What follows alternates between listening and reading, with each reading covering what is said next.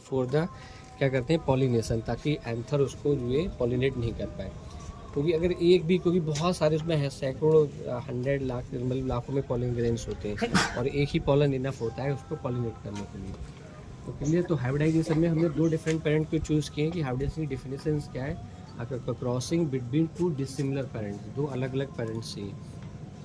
क्योंकि अभी ये नॉन है इनके करेक्टर कि ये बासमती राइस है, तो इसकी कुकिंग क्वालिटी है, नंबर ऑफ कलर्स कितने आते हैं, बहुत सारे अफेक्ट आएगा इसमें। क्योंकि टेम्परेचर मैंने आपको बताया था कि अब ब्रेक हो रहा है, कि दो टाइप से क्लाइमेट चाहिए होते हैं क्रॉप को, कि इसको कॉर्डियल टेम्परेचर का 32 डिग्री सेल्सियस वेजिटेटिव ग्रोथ के लिए।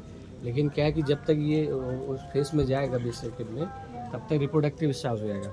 अब इसके साथ क्या होगा, आप खुद नेचुरली ऑब्जर्व करना कि इसकी वेजिटेटिव ग्रोथ कम हो जाएगी ऑटोमेटिकली। क्योंकि रीजंस क्या है कि प्लांट को जब वो टेम्परेचर नहीं मिलता है तो वो दूसरे फेस की तरफ जाता है जो उसको सूटेबल क्लाइमेट्स मिलता है।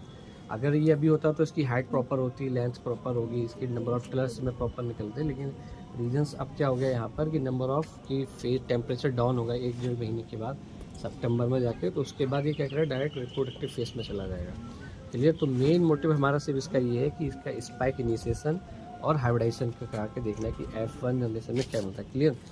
तो प्लांट में इसलिए लगा रहे हैं कि फील्ड रेडी नहीं है, प्लस दूसरा ये कि अगर बाहर नहीं भी लगा पाए तो हम इसमें कर सकते हैं। इतने प्लांट्स हमें मिल जाएंगे इमैस्कुलेशन के लिए कि जिसके हाइब्रिडाइजेशन किया जा सके आसानी से। क्लियर।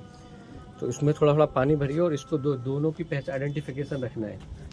जैसे ये PV1 है तो 2 इसकी लाइन लगा लीजिए और 2 पॉट इसमें यूज़ कर लीजिए 1509 का राइस का।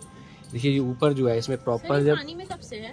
पानी में उसको सोख किया 1 घंटे पहले, इससे ही इम्बाइबेशन हो जाता है इसके वजह से, तो जर्मिनेशन में थोड़ा इजीली रहता है इसलिए। दूसरा ये जब प्रॉपर देखिए, ये देखिए इसके अंदर एंडोस्पर्म डेवलप नहीं होता सीड के अंदर, तो ये अपने आप ही बाहर रहता है। इसमें एंडोस्पर्म रहता है मोस्ट ऑफ द केसेस में, वो सारे नीचे ही कंडीशन में। क्लियर। तो ये रीज़न है कि इनमें जब पॉलिनेशन नहीं होता प्रॉपर, बहुत सारे फैक्टर अफेक्ट करते हैं यील्ड को, तो अल्टीमेटली इनमें सीड सेटिंग नहीं होती, जिसमें मैंने बताया कि चेस्मोगेमी में।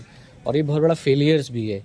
इसका रीज़न है क्योंकि अगर इनमें ग्रेन डेवलपमेंट्स हुआ तो फार्मर का अल्टीमेटली क्या होगा, लॉस ही होना है। क्योंकि देखिए कितने सारे ग्रेन्स से भी इतने सारे ग्रेन्स इसमें कि आपको देखना है जो प्योर फॉर्म में। और क्योंकि ये सेल पॉइंटेड है तो प्योरिटी बहुत असेंशियल क्राइटेरिया है, क्योंकि इसलिए इसमें हम प्योर लाइन ही डेवलप्स करते हैं। इन केस ऑफ हाइब्रिडाइजेशन में जब करते हैं क्रॉस पॉलिनेटेड में, तो वहाँ हमें प्योर लाइन डेवलप्स करना पड़ती है। वो आगे जब पढ़ेंगे ब्रीडिंग में तब देखेंगे। क्लियर।